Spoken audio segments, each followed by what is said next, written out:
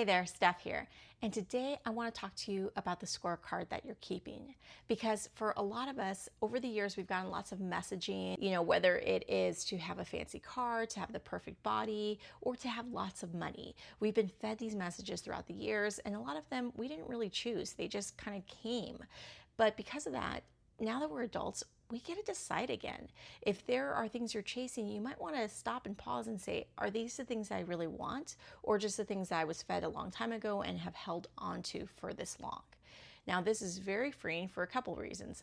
One, when you realize that you are chasing a scorecard that's not yours, you can stop and reset. And it's really important that you do this because psychology teaches us that if you are pursuing goals that are not yours, you're pursuing dreams and ambitions because you feel like you should, or that's what will impress others, then you will not be happy when you reach them. We see this time and time again, and the research shows it. If you are chasing somebody else's goals, no matter how prestigious that might look or how much that might be impressive to others, you will truly not feel happy. You won't feel fulfilled, and then a lot of times, a lot of people will feel guilty for not feeling fulfilled when they have those things that they feel should bring them joy. So instead, you want to chase things that are meaningful to you, that line up with your values, that line up with your intentions and the way you want to spend your life. Because I say this time and time again, it's not just about the goal or ambition, it's about the process you will need to take and the way you will spend your life in order to get there. What I want to encourage you today is to let go of the scorecard, because when you think about it, there is no universal scorecard. Right? I think some of us still believe in some way or another that there's some universal scorecard that we are all being measured against. And if you try hard enough and if you compete hard enough, you will succeed or you'll come out on top or somewhere in the top percentage.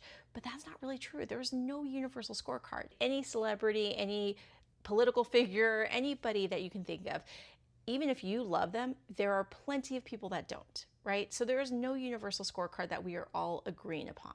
So the good news is you can let go of that pressure. There's no one contest or one game of life that we are all playing by.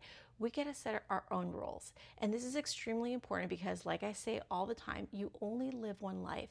So you want to make sure that it is the life that you want to live.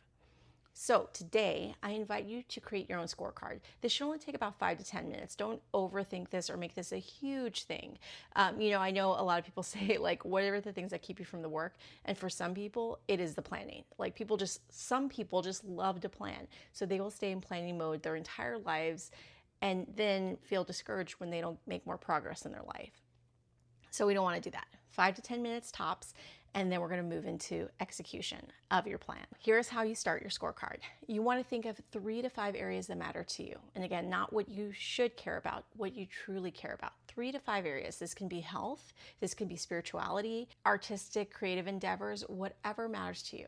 Set those 3 to 5 areas for your scorecard, and then decide what would a win look like. Like, what are you striving for in those areas? What is your goal? And then grade yourself. And on this part, I want you to be very thoughtful about this, because I know I can already hear some people saying, like, well, I don't want to grade myself because then I'll feel bad if I have a low grade. Emotions happen because of past histories and past stories, right? So it is not a bad thing if you have a little bit of a feeling towards it. But what I want to encourage you to think about is that when you give yourself a score, this is not your ending final score. This is not the end of the game. I know one time Kobe Bryant was interviewed and he was asked about failure, and he was like, failure is not really a thing, because that means it's the end of the story.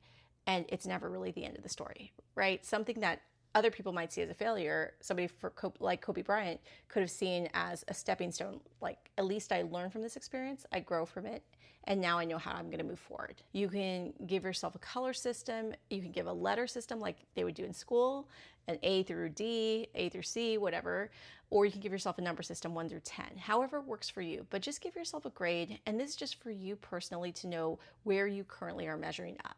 Once you have that, you can create a game plan to take the scores that maybe you feel are the lowest or the ones where you really want to improve, and create a game plan to improve those, to make those better. All right, so I hope this is helpful to you, because like I said, I think this is an extremely empowering activity that most people never ever do. But it's so helpful because it gets you back to you. Another Kobe Bryant thing is he said that he thinks life is a lot about getting back to your dreams and goals and how we have that as kids, but as we get older, we start to lose that. And I agree completely. I think a lot of our lives is trying to get back to our dreams and goals, our values, the things that matter most to us. So I encourage you today to create your scorecard, 5 to 10 minutes, create a scorecard that works for you so you can give yourself an idea of where you currently are, and then you can take small steps every day to get just a little bit better. This is part of my challenge to myself to post 125 videos in 125 days. So I'll see you tomorrow for another video. Let me know if there's anything specific you want me to talk about. Otherwise, I'll see you tomorrow. All right, see ya. Bye.